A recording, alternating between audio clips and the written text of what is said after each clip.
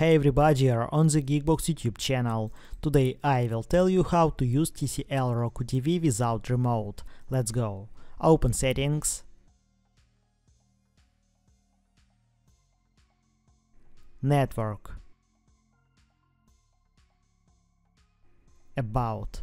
Check your network. Your phone and your TV must be connected to the same Wi-Fi network.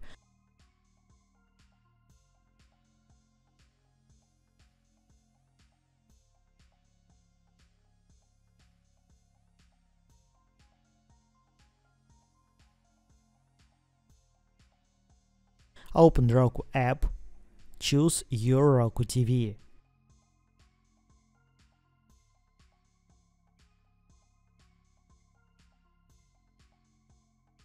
Remote.